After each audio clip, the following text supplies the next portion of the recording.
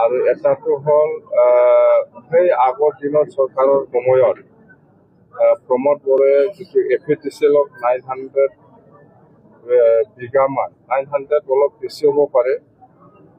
ইয়াত মালগাঁও ৰেভিনিউ আণ্ডাৰত 900তকৈ বেছি মাটি FATCL এলটমেণ্ট দি কৈছে।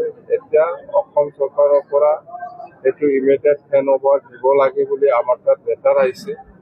তো আমি আলোচনা কৰিছে, আমি এই 900 চামথিং বিঘাত যিমান জাতি জনগোষ্ঠী আছে, সম্প্ৰদায়ৰ মানুহ আছে, ইয়াত মই যিমানটো জানো মুছলিম সম্প্ৰদায়ৰ আছে আৰু কিছু হয়তো ৰাজবংশী ফেমিলিও আছে।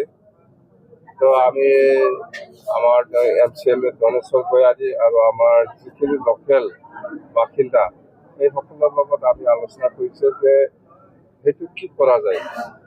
এতিয়া গভৰ্ণমেণ্ট অফ আছামে সেইটো FATCL ইমিডিয়েটলি হেণ্ড অভাৰ দিব লাগে বুলি আমাক ৰিকুৱেষ্ট লেটাৰ আহিছে। এই হিচাপত আমি আলোচনা কৰিছোঁ। তো আলোচনা আমাৰ কথা হৈছে যে আমি এই এফেক্টেড ফেমিলিসকলক আমি ক'ত শ্বিফ্ট কৰিব লাগে,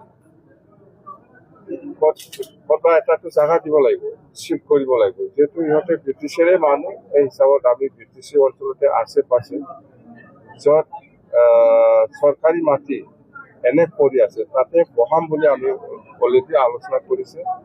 আৰু এফেক্টেড সকলক কি ফেচিলিটি দিব লাগে সেইটো চৰকাৰী নিয়ম হিচাপে আমি দিম।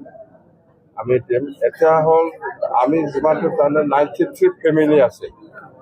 93 ফেমিলি আছে। এই 93 ফেমিলিক আমি ইহঁতে ক'ত বহিবলৈ ইচ্ছা আছে সেইটো মাটি দেখাই দিলে আমি তাতে মাটিটো এলটমেণ্ট কৰি দিব। আৰু আমি লোকেল বাসিন্দা হিচাপে আমি আলোচনাও কৰিছে, ইহঁতে এগ্ৰি। আমি কৈছোঁ যে আপোনালোকে জাগা চইচ কৰক ক'ত বহিব, সেই হিচাপত আমি মাটিটো এলটমেণ্ট দিব। সেই হিচাপত ইহঁতে আমাক অতি সোনকালে ইহঁতে ক'ত বহিবলৈ ইচ্ছা আছে সেইটো আমাক জনাই দিব।